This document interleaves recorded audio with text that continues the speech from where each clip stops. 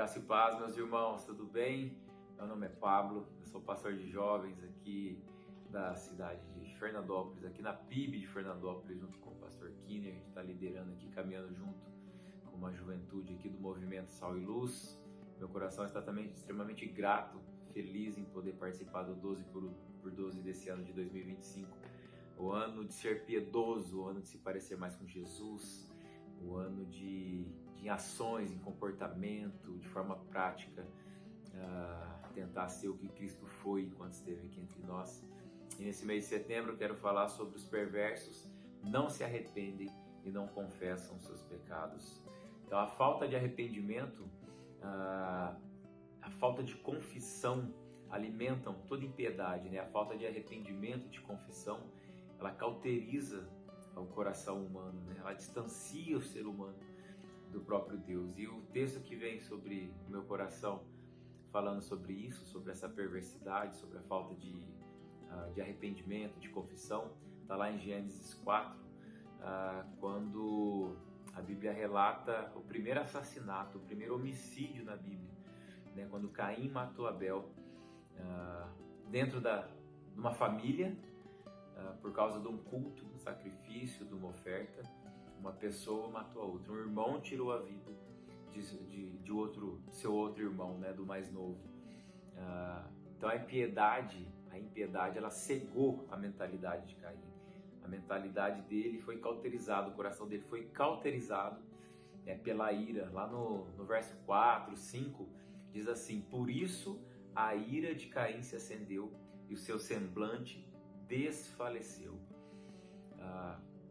O mais interessante é que, se você seguir lendo, é que Deus dá uma nova oportunidade para Caim, para que ele oferecesse a oferta de maneira correta. Deus não condena ele, né, por não ter aceito de forma correta a sua oferta. Deus fala para ele, se ele fazer bem, se ele fizesse de forma correta a sua oferta, o seu sacrifício, a sua adoração, o seu culto, iria ser aceito.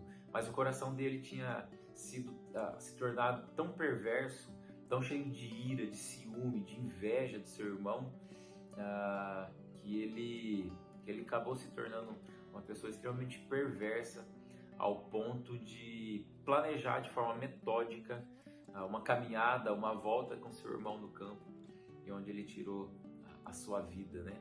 Então, lá no verso 7 fala que Deus falou para ele ainda, Deus tentou ensinar, Deus tentou mostrar para ele, antes dele cometer esse ato, de que o pecado, que a tentação estava batendo na porta, né? Então ele teve a oportunidade de se arrepender, ele teve a oportunidade de se confessar, mas o coração dele já estava perverso, já estava corrompido. Ele foi lá e matou seu irmão. Caim teve todas as chances possíveis de se arrepender e de confessar, mas a impiedade, a perversidade, a maldade, as trevas tinham tomado conta do seu coração.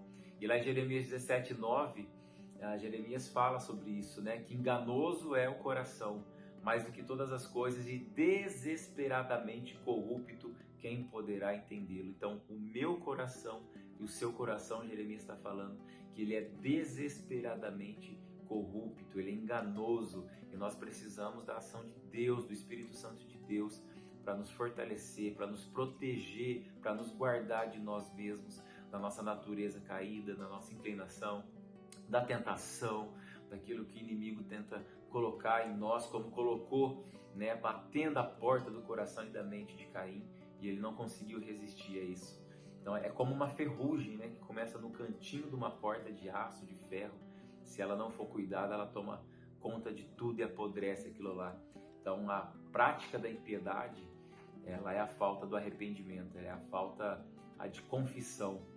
E o engraçado é que a Bíblia mostra totalmente o contrário, também num caso de assassinato, com o homem segundo o coração de Deus, com Davi, né? Tem toda uma situação ali com Betseba, né? Ele prepara ali, coloca o marido dela na frente da guerra, à frente de uma batalha para ser morto. Ele é morto, mas diferentemente de Caim, Davi se arrepende, Davi confessa os seus pecados lá para o profeta Natan, né? Não por acaso, a a gente conhece Davi como um homem segundo o coração de Deus, porque ele se arrependeu, ele confessou os seus pecados diante de Deus. Então toda a Bíblia ela tá cheia de homens e mulheres que se arrependeram, que confessaram, mas também que não confessaram e nem se arrependeram, né? Como Saul, como Acabe, como Judas. Então toda impiedade sempre vai levar o homem para longe de Deus. Billy Graham certa vez disse: toda vez que o homem pensa em navegar para longe de Deus, o diabo tem um barco sempre pronto. Caim tentou navegar sem Deus. Caim tinha um barco preparado pelo diabo para ele se distanciar de Deus. Caim tentou do jeito dele, com as emoções dele, com o comportamento dele, achando que com sua força ele poderia resolver toda a sua ira, todo o seu ciúme, toda a sua inveja do seu irmão. Todo orgulhoso, né? Ele não confessa os seus pecados. Todo arrogante, ele não confessa os seus pecados, né? Mas a Bíblia diz lá em 1 João 9 que se a gente confessar os nossos pecados, ele é fiel, ele é justo para nos perdoar os pecados e purificar de toda injustiça. Até numa cruz, né, existia um ímpio, mas também existia aquele que se arrependeu e aquele que confessou, onde Jesus disse que ainda aquele dia estaria com ele nos céus. Então, que a nossa oração, na verdade, seja igual a de Davi lá no Salmo 51. No verso 4 ele diz: pequei contra ti somente e fiz o que é mal aos teus olhos. Na verdade, todo o Salmo 51 é um ensinamento para a gente ter uma vida de confissão a Deus e de se arrepender diante do nosso Senhor. Que Deus abençoe grandemente. Um abraço.